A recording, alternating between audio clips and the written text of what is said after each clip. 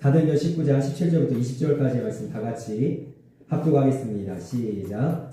에베소에 사는 유대인과 헬라인들이 다 이 일을 알고 두려워하며 주 예수의 이름을 높이고 믿은 사람들이 많이 와서 자복하여 행한 일을 알리며 또 마술을 행하던 많은 사람이 그 책을 모아가지고 와서 모든 사람 앞에서 불사르니 그 책값을 계산한즉 은 5만이나 되더라. 이와 같이 주의 말씀이 힘이 있어 흥하여 세력을 얻으리라. 아멘. 오늘 말씀의 제목을 제가 이렇게 정해봤습니다. 개혁은 이라는 제목으로 오늘 말씀을 나눌 때 도대체 종교개혁주의는 무엇인가, 그리고 우리는 왜 개혁에 대해서 이렇게 이야기를 나눠야 되는가, 그 부분을 먼저 말씀을 드리고 오늘 본문 속으로 들어가 봅시다.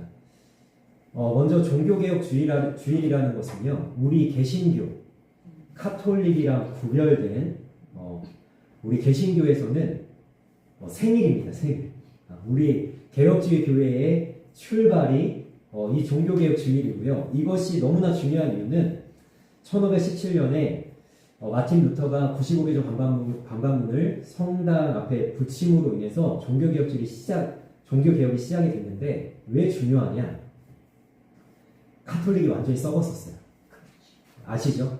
1000년 넘게 이 카톨릭이 정말 말도 안 되는 면죄부 판매라든가, 아니면 성직자들의 성적 타락, 아니면 물질적 방탕함, 이런 여러 가지 문제들이 너무나 만연했습니다. 그리고 성직을 매매하는, 정말 돈만 주면 누구나 수도사가 될 수 있는 그런 너무나도 타락한 그런 카톨릭을 이제 마틴 루터가 말씀으로 뒤집어서 정말 2000년 전에 초대교회의 순수함, 오직 하나님의 말씀 안에 세워진 교회로 이 교회를 새롭게 하기 위해서 출발한 것이 종교개혁주의인데요. 원래 이 종교개혁주의를 제가 개척하면서부터 지킨 것은 아닙니다. 10월 마지막 주는 우리가 교회력을 따라서 종교개혁주의인데, 종교개혁주의를 처음부터 지키지 않았어요. 근데 왜 지키게 됐냐면, 종교개혁 그 날은 10월 31일이거든요. 1517년 10월 31일. 그래서 우리가 10월 31일 때문에 10월 마지막 주를 종교개혁주의를 지키는데, 10월 31일이 또 다른 날입니다. 여러분 아세요? 할로윈 데이입니다.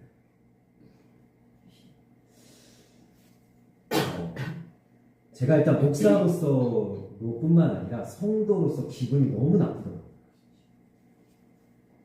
할로윈 데이를 일단 저는 없애야 된다고 생각하고요.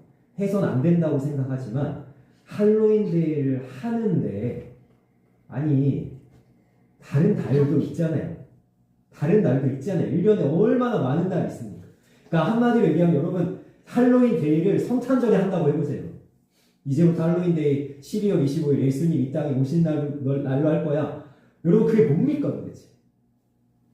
그래서 우리가 종교개혁을 되새기고 기념하고 우리가 이 정신을 다시 한번 마음에 새겨야 되는 이 날을, 세상이 할로윈 데이라는 것을 똑같은 날에 만들어서 요즘은 많이 안 하더라고요. 그런데 보면은 유치원이나 어린이집에서도 막 호박을 걸어놓고 귀신 분장을 하고, 여러분 그 이태원에서 일어났던 사건 아시죠? 3년 전쯤 있었나요? 압살했던, 사람이 너무 많이 모여서 압살했던. 그래서 우리 교회는 외쳐야 됩니다. 다른 목사님들 모르겠고, 다른 교회에서 어떻게 하는지 모르겠고, 지키는 교회도 있고 안 지키는 교회도 있는데 나는 외쳐야 되겠다, 이런 마음이 들어서 제가 몇 년 전부터 이 종교개혁주의를 지키는데, 우리가 이제 이 개혁에 대해서 좀 생각을 해봅시다. 개혁이 도대체 무엇인가? 어렵죠. 이 말 자체가 어려운데, 쉽게 설명을 하면 개혁은 새롭게 하는 겁니다. 개혁은 뭐라고요? 새롭게 하는 거예요. 그런데 그냥 새로워지는 게 아닙니다. 새롭게 해야 돼. 어떤 방향으로 새롭게 하는 거냐면, 하나님의 말씀대로 새롭게 하는 겁니다. 여러분, 왜 마틴 루터가 종교개혁을 일으켰습니까? 말씀에서 카톨릭이 떠났기 때문이에요. 지금도 여전히 카톨릭의 문제는 뭐냐면, 하나님의 말씀의 권위만큼이나 교황의 말을 그 권위 위에 둔다는 겁니다. 여러분, 교황은 사람일 뿐이죠. 하나님 말씀이 우리에게 가장 중요한 건 아닙니다. 그런데 말씀대로 교회가 세워지지 않고, 말씀대로 교회가 움직여지지 않고, 말씀대로 성도들이 살지 않으면 어떻게 해야 돼요? 하나님의 말씀대로 새롭게 해야 되는 거죠. 여러분, 그런데 이 새롭게 하는 것은요, 제가 여기서 힘차게 외쳐서 우리 새롭게 돼야 된다 아멘 하지만 어려운 것이 아닙니다. 얼마든지 마음을 먹으면 새롭게 될 수 있어요. 저희 장모님이 지금 이제 쓰러지셨다가 지금 재활병원에서 재활을 하고 계신데, 우리 장모님에게 가장 지금 필요한 부분이 뭐냐면 오른쪽이 전혀 움직일 수가 없습니다. 그 이유는 좌뇌가 활동하지 않기 때문에. 자, 그래서 얼마 전에 이제 우리 장모님의 딸이죠, 우리 사모가 무슨 이야기라면 이런 이야기를 하더라고요. 좌뇌가 만약에 일을 하지 못하면 우뇌가 좌뇌 일을 대신해주면 되지 않냐, 그 얘기 하더라고요. 그래서 제가 일단 아멘은 했는데, 일단은 머릿속에서 제가 이성적으로는 이게 그런가? 이런 생각이 좀 들었어요. 의학적으로 신경 손상성이라는 게 있답니다. 그냥 용어입니다. 신경 손상성 뭐가 아니라 그냥 신경 손상성이라는 어떤 세포의 작용이 있는데, 그게 뭐냐면 내가 어느 부분에서 죽은 부분이 있다, 활동하지 못하는 부분이 있으면 대신 다른 데서 그 일을 해주는 것이 신경 손상성이라는 게 있다. 저희 어머니가, 장모님이 좌뇌가 움직이지 않는데 말을 어느 정도 하십니다. 물론 알아듣지 못합니다. 그리고 의사는 그 정도까지 회복되지 않다고 이야기하더라도 최소한 찰나의 순간에 제가 누군지, 딸이 누군지 알아보는 순간이 있어요. 눈을 똑바로 바라보고, 그리고 네가 누군지 안다, 눈빛으로 얘기해주는 순간이 있습니다. 여러분, 좌뇌가 활동하지 않아요. 누가 대신해주는 거죠? 우뇌가 대신. 그러니까 제가 정말 놀라운 게 뭐냐면 하나님께서 우리를요 개혁되게 만드셨어요. 여러분, 머리털 보고 여러분들 잘하라 이렇게 하세요? 제가 정말 이 삶을 살아가면서 가장 여러분 귀찮은 일이 뭐냐면 면도입니다. 제가 수영 보고요, 너 잘하라 이렇게 하지 않거든요. 제발 잘하지 마라. 제발 내일 아침에 또 면도하지 않도록 이렇게 잘하지 마라 하는데 어느 순간 잘한다. 저희 딸이 이번에 학교에서 수행평가가 있어가지고 자기가 뭘 선택했냐면 해부학을 선택을 했대요. 해부학. 그래서 해부학 책을 열심히 읽는데, 해부학을 우리 딸은 이렇게 생각을 한 거예요. 위가 어떤지, 심장이 어떤지, 신장이 어떤지, 폐가 어떤지 막 이런 이야기를 해부학에서 할 줄 알았는데, 그럼 재밌겠다 싶었는데 갑자기 무슨 이야기를 하냐면 인체는 어떻게 구성되어 있는지 알아볼까요? 그러면서 신경을 이야기하고 혈관을 이야기하고 뭐 이런 이야기를 하는 거예요. 그래서 자기가요 너무 졸렸대요. 잠이 안 오면 이 책을 보면 졸릴 정도로 너무 졸린데, 여러분 제가 딸하고 그 대화를 하면서 무슨 이야기를 했냐면 하나님은요 창조를 하세요. 여러분, 예배 시간이 어떤 시간인지 아세요? 창조하는 시간입니다. 어떤 창조의 시간인지 아십니까? 여러분들이 일주일 동안 인간의 마음으로 살았습니다. 세상적인 관점으로 살았습니다. 여러분들이 그냥 하나님을 바라보긴 바라봤지만 하나님의 말씀과 상관없는 모습으로 좀 살았습니다. 그러면 이 말씀 시간에 어떤 일이 벌어지냐? 하나님의 마음이 부어지기 시작하는 거예요. 하나님의 뜻이 무엇인지 내가 깨닫게 되는 시간이 일어나기 시작합니다. 여러분, 시편 51편에 다윗이 밧세바를 범하고 하나님께 뭐라고 얘기하냐면 나에게 정결한 마음을 창조하여 달라고 고백합니다. 여러분, 다윗이 타락을 했습니다. 실패했습니다. 하나님부터 멀어졌습니다. 엄청난 죄를 저질렀습니다. 그런데 하나님께 뭐라고 간구하냐면 하나님 창조해 주십시오. 하나님의 마음을 창조해 주십시오. 내가 다시 한번 개혁되도록, 새롭게 되어지도록, 하나님의 마음으로 살아갈 수 있도록 하나님 나를 창조해 주십시오. 여러분, 창조해 주시는 시간. 우리는 얼마든지 새롭게 될 수 있다니까요. 하나님이요 내가 이 부분이 장애다, 이 부분이 안 된다 그러면 하나님이 신경 손상성이라는 것을 통해서 안 돼도 되게 만듭니다. 아멘. 네, 우리가 마음만 품으면 돼요. 하나님, 내가 회복됐으면 좋겠습니다. 아멘. 하나님, 내가 하나님 앞에 똑바로 섰으면 좋겠습니다. 여러분, 우리 장모님이 재활을 하는데 의사 선생님이고 간병인이고 다 똑같은 이야기를 해요. 뭐라고 얘기하냐면 환자의 의지가 중요하다고 얘기합니다. 아무리 좋은 약을 투여하고 아무리 재활 프로그램을 잘 짜고 아무리 간병인이 열심을 다해서 24시간 돌봐도 환자 자신이 회복할 마음이 없어요. 그냥 들어누워 있고 싶고 난 일어날 마음이 없고 다시 딸을 알아볼 생각이 없으면 여러분 절대 회복이 안 됩니다. 마찬가지입니다.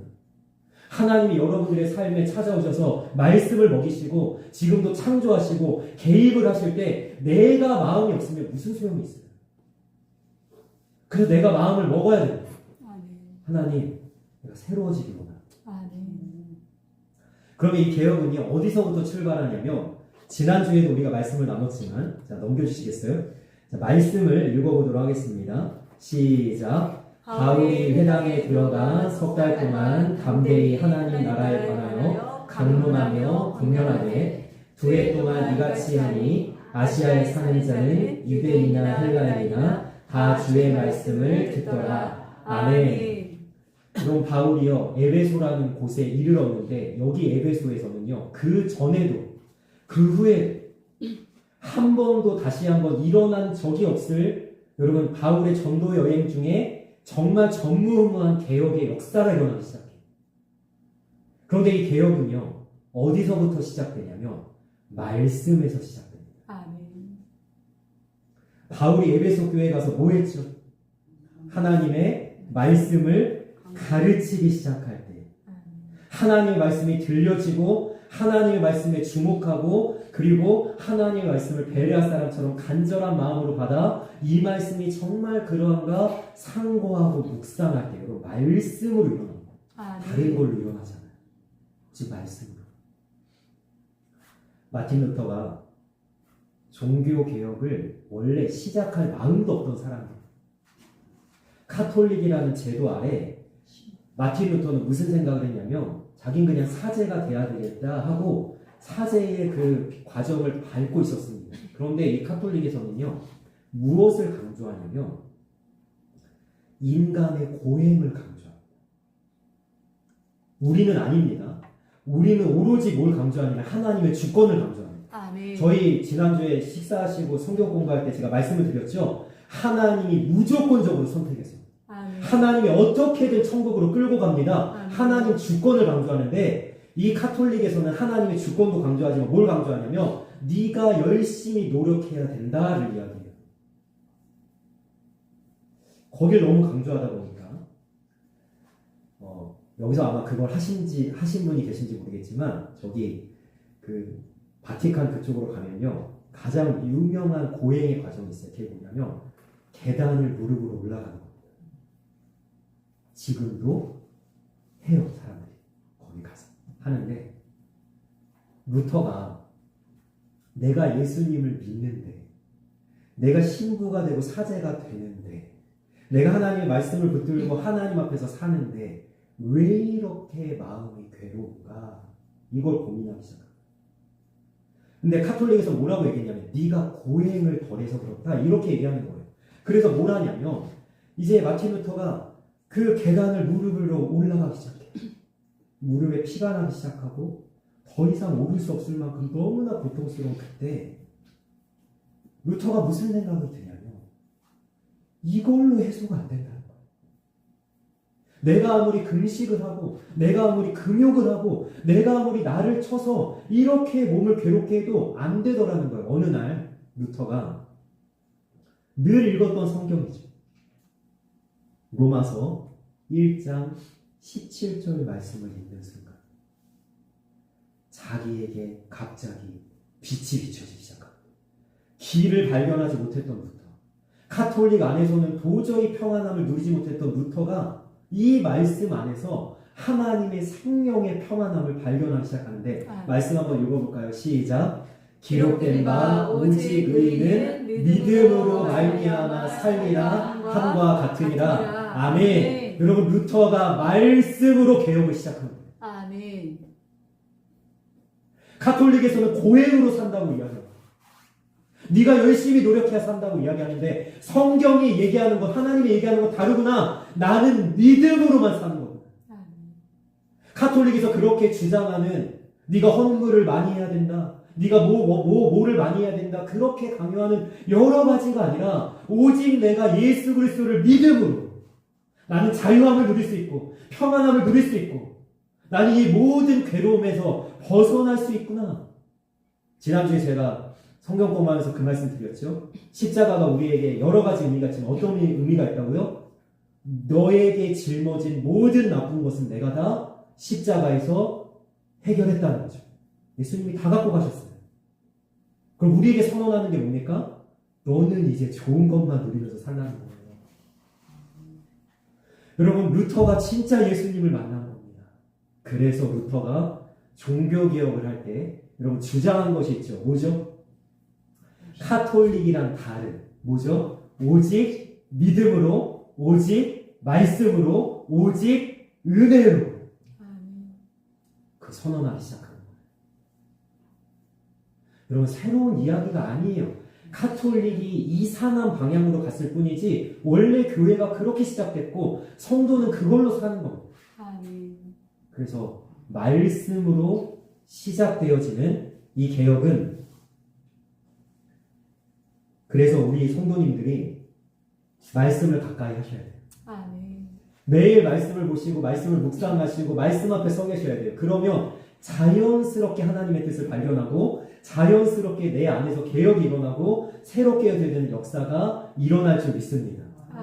여러분, 개혁의 시작은 말씀인데 그럼 개혁의 결과는 어떤 것인가? 오늘 말씀에 세 가지로 나와 있습니다. 자, 18절 말씀. 자, 앞에를 보시고 한번 읽어보겠습니다. 시작. 믿은 사람들이 많이 와서 자복하여 행한 일을 알리며 아멘. 여러분, 개혁은요 자복하는 거예요. 좀 이 단어가 어렵다면 회개라고 이야기하면 될 것 같고요. 우리 교회에서 일어났던, 우리 한국 교회에서 일어났던 가장 위대한 부흥의 역사는 1907년에 있었던 평양 대부흥의 역사였습니다. 여러분, 그 시작이 어땠는지 아십니까? 선교사들이 많이 대한민국으로 들어왔는데 순교도 많이 하시고 그리고 어쨌든 믿음의 사람들이 많이 늘어나긴 했는데요. 문제는요. 그때 당시에 이제 평양이 중심이었어요. 평양. 선교사들이 평양에 가장 많았고 교회도 평양에 가장 많이 세워졌습니다. 그런데 이 선교사들이 가장 마음 아파했던 것이 뭐였냐면 이 조선인들이 삶이 안 바뀌는 거예요. 얼마나 열심히 기도하는지 몰라요. 여러분, 우리 열심히 있잖아요. 한국 사람들. 얼마나 열심히 예배하는지 몰라요. 찬양을 하면요 얼마나 뜨겁게 찬양하는지 몰라요. 그런데 이 조선인들의 그 타락한 삶 있잖아요. 맨날 술 마시고 구박하고 막 그냥 성적으로 그런 일을 저지르고 이런 일들이 안 바뀌는 거예요. 아무리 말씀을 먹이고 아무리 이들을 가르쳐도 안 바뀌니까 이 선교사님들이 너무 마음이 아픈데 여러분, 평양에서 어떤 일이 일어나면 1905년부터요 기도를 하기 시작합니다. 갑자기 사람들이 모여서 뜨겁게 기도하는 기도의 운동이 일어나기 시작하는데 그 기도가 멈추질 않는 거예요. 계속 이어지다가 여러분 1907년 1월에 어떤 일이 벌어졌냐? 그 장대현 교회, 평양의 장대현 교회에서 그 나중에 이제 목사님이 되신 길선주 장로님, 그때 당시에 장로님이셨습니다. 성령의 감동으로 갑자기 앞에 나오셔서 자기의 죄를 공개적으로 자복을 합니다. 여러분, 이것에 대해서 좀 우리가 조심스럽게 다가가야 되는데 뭐냐면 야, 우리도 그러면 1907년에 일어났던 평양 대붕의 역사를 우리 교회에서도 해보자. 그래서 제가 갑자기 여기서 여러분 큰일 나요. 다 시험 듭니다. 여러분, 마귀도 역사합니다. 중요한 것은 뭐라고요? 성령의 감동하심으로 그리고 2년여의 기도의 준비가 있었습니다. 갑자기 이루어진 일이 아니라 길선주 장로님이 하나님께서 시키신 거예요. 너희 죄를 공개적으로 잡아. 이 사람 모두가 자기들 죄악을 품고 전혀 고치지 않고 개혁하지 않고 있다. 네가 시작해라. 얼마나 두렵겠어요. 자기가 장로인데. 많은 사람들이 욕을 할 수도 있고 손가락질할 수도 있고 교회에서 내쫓을 수도 있고 얼마나 두렵겠습니까? 그런데 순종하는 마음으로 두렵고 떨리는 마음으로 딱 서서 공개적인 자복을 했을 때 놀라운 일이 벌어지는데 거기 앉아있는 모든 사람들이 마음을 찢고 그리고 하나님 앞에 통곡을 하면서 회개의 기도를 하기 시작하는데 눈물바다가 되고요. 그리고 길선주 장로님이 하신 그 공개의 자복을 다른 사람들이 순서대로 나와서 다 하는 겁니다. 얼마나 하나님의 성령의 역사가 가득 넘쳐나는지. 여러분 오늘 예배소 교회에 일어났던 이 사건을 보십시오. 많은 사람들이 많이 와서 자복하여 행한 일을 알리며. 아멘. 여러분 질문입니다. 이 평양의 대붕의 역사를 경험했던 이 사람들의 삶이 바뀌었을까요? 안 바뀌었을까요? 바뀌는 거예요. 그전에는 절대 바뀌지 않아요. 자기들도 마음을 먹었겠죠. 이번에 도박을 끊어야지. 이번에 바람 좀 그만 펴야지. 술 좀 그만 마셔야지. 마음을 먹었겠죠. 그런데 안 되던 것이 하나님의 말씀의 개혁의 중리 역사가 일어나니까 삶이 변화되기 시작하는 거예요. 여러분 자복으로 이어집니다. 자복. 우리가 말씀을 가까이 하면요. 내 잘못된 부분이 깨달아지기 시작해요. 아, 내가 잘못 살았구나. 내가 지금 잘못된 방향으로 나아가고 있구나. 야, 내가 이 부분은 고쳐야 되겠다. 여러분 이것을 반면 교사로 삼게 된다니까요. 그러면서 내 안에서 조금씩 개혁이 일어나기 시작합니다. 아, 내가 이 사람한테 너무 감정을 냈었지. 아, 내가 저 사람을 너무 배려하지 않았지. 아, 내가 예배를 드리는데 정말 전심으로 예배하지 않았구나. 야, 내가 정말 하나님을 찾는데 하나님 앞에 간절함으로 내가 하나님을 찾지 않았지. 이러면서 내 안에서 조금씩 변화가 일어나기 시작해요. 큰 변화가 안 일어나도 조금씩 변화되기 시작하는 그 과정을 통해서 내가 개혁되기 시작하는 새롭게 되어집니다. 여러분 이러한 개혁의 은혜가 우리 모두에게 있어서 우리의 삶이 고쳐지고 하나님의 말씀에 맞게 우리의 삶이 교정되어지는 아름다운 은혜가 있기를 주님의 이름으로 축복합니다. 아멘. 두 번째로 부흥의 결과는요. 19절 말씀입니다. 같이 읽겠습니다. 시작. 또 마술을 행하던 많은 사람이 그 책을 모아가지고 와서 모든 사람 앞에서 불사르니 그 책값을 계산한즉 은 5만이나 되더라. 아멘. 여러분 개혁과 부흥의 역사가 일어나면요 우상을 버리기 시작해요. 아멘. 이 에베소에서 일어났던 놀라운 일은요 이 사람들이 마술을 굉장히 신봉했던 것 같아요. 그러니까 집에 가면요 마술책이 가득 쌓여 있고 그리고 어떤 주술이라든가 요즘으로 이야기하면 타로라든가 아니면 띠별 운세, 별자리 운세 막 이런 책들이 막 가득 있어서 사람들이 연구를 하는 거죠. 어떻게 해야 잘 살 수 있을까? 돈을 많이 벌 수 있을까? 이것을 운세 아니면 마술에 기대가지고 막 사람들이 그것을 공부하고 있는 겁니다. 그러니까 책이 엄청나게 많은 거예요. 그런데 하나님의 말씀이 들려지고 하나님의 메시지에 자신이 개혁되기 시작하니까 어떤 일이 벌어지느냐? 마술로 잘 살게 되는 게 아니에요.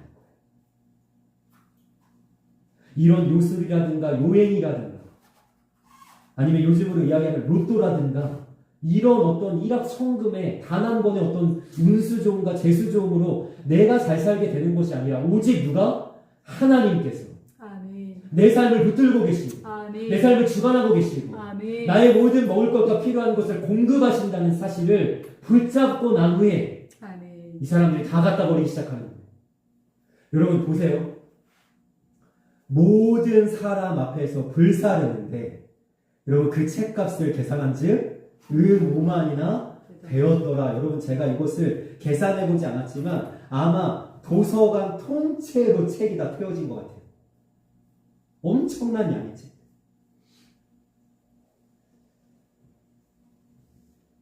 그런데 여기서 말씀을 나누는 우리 가운데 이런 마음이 듭니다. 나는 마술책이 없는데 나는 우상이 없는데 여러분 이 시대에는 실제로 우상이 있었죠. 제우스 신, 히르메스 신, 뭐 비너스 신, 뭐 이런 신들이 있었죠. 우리 우상이 없잖아요, 그죠? 누가 집에다가 우상단지 갖다 놓습니까? 여러분들 성모 마리아상 있으세요, 집에? 여러분 불상 있으세요? 빨리 갖다 버리세요, 있으시면. 없단 말이에요. 우리는 그런 거 안 나눈단 말이에요. 그런데 성경에서는 하나님보다 더 사랑하는 것이 우상이라고 얘기합니다. 십계명 기억하시죠? 너희는 나 외에 다른 신을 두지 말라. 여러분 이 얘기가 뭐라고 얘기했어요? 제가 나를 가장 사랑해줘라. 여러분 남편과 아내가 있는데 아내보다 더 사랑하는 여인이 있으면 안 되잖아요. 아내가 남편보다 더 사랑하는 남자가 있으면 안 되잖아요. 그건 결혼 생활이 아니잖아요. 하나님이 우리를 신부 삼으셨다니까요. 하나님이 우리의 남편이시라니까요. 그런데 우리가 하나님을 가장 사랑해야 되잖아요. 그런데 하나님보다 더 사랑하는 게 있는 거예요. 더 마음을 써요. 더 뭔가 해주고 싶어요. 그럴 수 있죠. 우리 자녀를 사랑해야 되죠. 우리 손주를 사랑해야 되죠. 여러분 사랑해야 돼요. 이웃 사랑해야 돼요. 그러나 하나님 사랑하는 것보다 더하다는 그게 나한테 우상. 여러분 왜 이게 우상이 되는지 아십니까? 내가 하나님을 섬기는 일에 결단이 필요할 때가 있어요. 어떨 때는 선교를 나가야 될 거고요. 어떨 때는 우리가 어디로 이동해야 될 거고요. 어떨 때는 어떤 특별한 사역을 감당해야 될 때가 있을 거예요. 그런데 내가 아내 때문에 못한다? 내가 자녀 때문에 못한다? 어떤 목사님이 그 이야기를 하더라고요. 우리나라는 지금 1000만 명이 넘는 사람이 어떤 동물을 키우고 있습니다. 거의 대부분 강아지겠지만 동물을 키우고 있는데 여러분 2주 동안 단기 선교 가자고 하니까 집에 있는 강아지 때문에 선교를 못 간다. 진짜 있어요 지금. 그게 우상단지잖아요. 우리가 좀 전에 찬양을 하고 그리고 우리가 말씀드리고 찬양을 하겠지만 내가 주인 삼은 그 찬양의 가사에 내가 주인 삼은 모든 것 내려놓고 내 주 되신 주만 바라보며 내가 사랑했던 모든 것 내려놓고 주님만 사랑하는 것이 개혁이에요. 그럼 더 이상 이 자녀를 사랑하지 말아야 되냐? 내가 더 이상 내가 하는 일을 사랑하지 말아야 그게 아니라 사랑하지만 내려놓는 거예요. 하나님보다 더 사랑하지 않도록 신경 쓰지 않도록 마음 주지 않도록 내려놓는 거. 여러분 이들에게는 엄청난 결단입니다. 여러분 은 5만이나 되었더라. 여러분 책 한 권의 값이 보통이 아니라는 거예요. 여러분 어떤 사람은요 책 버리는 게 가장 아까운 사람 있죠? 이 사람에게 보통 결단이 아니에요. 우리에게도 결단이 필요해요. 지금 이 말씀을 들으면서 이게 나한테 우상이었구나. 이 사람이 나한테 우상이었구나. 라고 생각나는 것이 있다면 여러분 내려놓으시길 원합니다. 이 에베소 교회 성도들처럼 여러분 불살라서 버릴 수 있기를 원합니다. 하나님을 가장 사랑하는 개혁의 모습이 우리 모두에게 나타나기를 주님의 이름으로 소망하며 축복합니다. 여러분 세 번째로요. 이 세 번째는 좀 간단하게 살펴볼 건데요. 말씀 한번 읽어보도록 하겠습니다. 시작. 이와 같이 주의 말씀이 힘이 있어 흥황하여 새벽을 얻으리라. 아멘. 여러분 주님의 말씀으로 풍성하여지고 충만하여지고 그 말씀이 그냥 내 삶에 넘쳐흐르는 것이 부흥의 결과예요. 평양 대부흥의 역사가 일어났을 때 어떤 일이 벌어졌냐면 많은 사람들이 말씀을 가까이 하기 시작하고 말씀을 연구하기 시작하고 말씀으로 살아내기 시작합니다. 여러분 18세기에 영국에 있었던 가장 유명한 부흥사 중에 한 명이 누구였냐면 존 웨슬리였습니다. 이 존 웨슬리가 어떤 부흥의 역사를 일으켰냐면 그냥 광장에서 하나님 말씀 선포하는 거예요.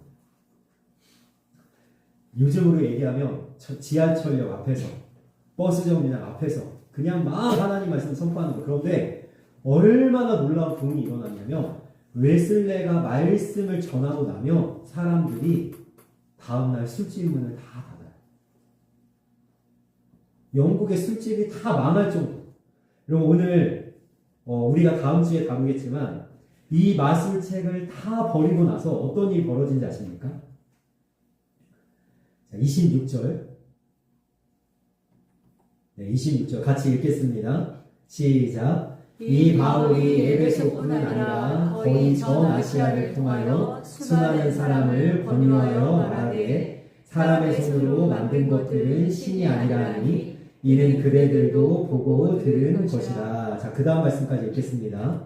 시작. 우리의 영업이 청하여질 위험이 있을 뿐 아니라 큰 여신 아데미의 신전도 무시당하게 되고 온 아시아와 천하가 위하는 그의 위엄도 떨어질까 하노라 하더라. 아멘. 그러면 에베소는요, 아데미라는 신전이 가장 크게 세워지고 그 다음에 많은 사람들이 그 우상을 만드는 일을 생업으로 삼아서 큰 사업이 일어나고 있었습니다. 그런데 바울이 개혁을 하고 부흥을 일으키니까 어떤 일이 벌어졌냐면 사람들이 우상을 다 갖다 버리는 거예요. 우상을 아무도 안 사는 거예요. 그리고 이 우상이 천하여진 거예요. 야, 아무도 우상을 귀하게 여기지 않으니까 이들의 사업이 망하게 됐어요. 이제 먹고 살 길이 끊어질 정도의 일이 벌어지고.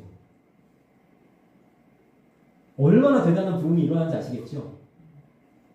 그래서 시위가 일어나고요. 사람들이 들고 일어나고요. 난리가 나기 시작합니다.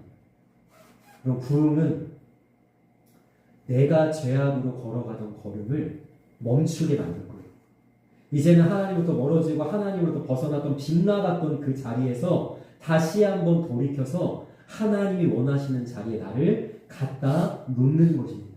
아멘. 여러분, 이러한 개혁의 역사가 우리에게 일어날 때 제가 이번 한 주간 이 말씀을 묵상하면서 개혁이 무엇인가, 여러분, 제가 이 한 가지로 오늘 핵심적으로 메시지를 좀 강하게 전하려고 하는데요. 여러분, 이 개혁은요, 하나님과 동화되는 거예요. 아멘. 그 다음 말씀, 벌써 띄워놓으셨네요. 같이 한번 읽어보겠습니다. 시작. 이스라엘 자손이 애굽에 거주한 지 430년이다. 430년이 끝나는 그날에 여호와의 군대가 다 애굽 땅에서 나왔은즉. 아멘. 저는 성경을 읽으면서 사실 가장 이해가 안 되는 부분 중에 하나가, 왜 이스라엘은 애굽에서 400년 넘게 노예 생활을 해야 합니까? 근데 성경을 아무리 봐도 이유가 없더라고요. 하나님이 이유를 얘기를 안 해주세요. 그냥 하나님이 그렇게 하신 거예요. 그런데 여러분, 430년이라는 이 애굽에서의 노예 생활 동안 이스라엘에게 가장 중요한 것이 뭔지 아세요? 애굽과 동화되지 않는 겁니다. 여러분, 이스라엘은 애굽과 구별된 하나님의 백성으로서의 민족성을, 종교성을 간직하고 있어야 돼요. 그래서 요셉이 야곱의 가족들을 다 애굽 땅에 데리고 올 때에 어떻게 하죠? 따로 살게 만듭니다. 여러분, 이 말씀 우리에게 적용해 볼까요? 우리는 세상 속에서 살지만 세상과는 다르게 사셔야 돼요. 아멘. 여러분, 이 이스라엘은요, 승리했습니다. 물론 노예 생활 동안에 고된 노동으로 너무나 힘들었지만 여러분, 승리했습니다. 어떤 승리했습니까? 이스라엘은 아브라함과 이삭과 야곱의 자손으로서의 정체성을 지켰습니다. 아멘. 애국과 동화되지 않았습니다. 하나님과 동화된 하나님의 백성으로서의 삶을 살았어요. 여러분, 이스라엘은요, 정말 위대한 민족이에요. 지금도 마찬가지입니다. 여러분, 이스라엘이 430년 동안 애국과 동화되지 않았을 뿐만 아니라 바벨론의 포로로 끌려가서 70년을 지내다가 돌아올 때도 이들은 바벨론과 동화되지 않았습니다. 여전히 하나님의 백성으로서 성전을 재건하고, 더 놀라운 것은 2000년 동안 나라가 없이 유대인들이 뿔뿔이 흩어져 있었어요. 여러분, 유대인들은 어느 나라, 어느 민족, 어느 땅에서 살든지 유대인으로서의 정체성을 지키고, 여러분, 드디어 1948년에 2차 세계대전이 끝나고 나라를 회복했을 때 유대인은 여전히 유대인이었습니다. 아멘. 질문하겠습니다. 나는 어디, 어느 자리에 누구와 있든지 하나님의 사람입니까? 나는 하나님과 동화돼야 돼. 자꾸 세상과 섞이고 세상과 동화되고 세상과 같아지고 세상과 비슷해지는 그 길을 걸어서는 안 되고 누구와 동화되기 힘써야 되냐면 하나님과 같아지기 힘써야 돼요. 아멘. 여러분 그래서 저는 도전합니다. 만약에 내가 하나님과 같이 되기를 하나님과 동화되기를 방해하는 것이 있다면 여기 있을 거예요. 나는 너무 이걸 요즘에 많이 보는 것 같아. 난 이것에 너무 요즘에 마음을 많이 쓰는 것 같아. 그럼 버리셔야 돼요. 그게 방해하고 있는 거예요. 아멘. 저는 이번 주에 제가 먼저 솔솔수호하는 마음으로 다시 한번 결단했습니다. 내가 세상의 것을 좀 끊어야 되겠다.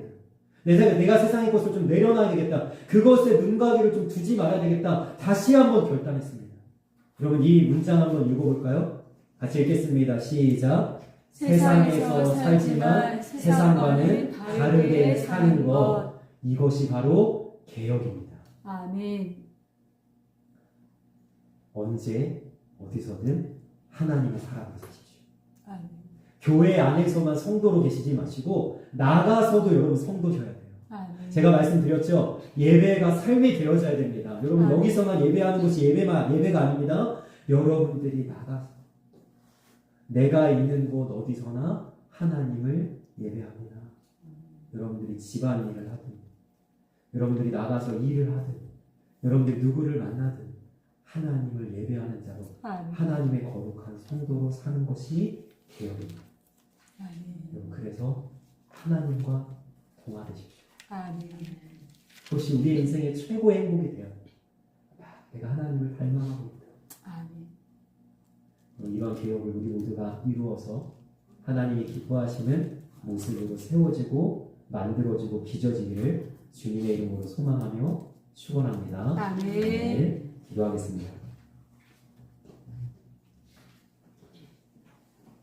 사랑하는 아버지, 이 시간 우리가 하나님 앞에 서 있습니다.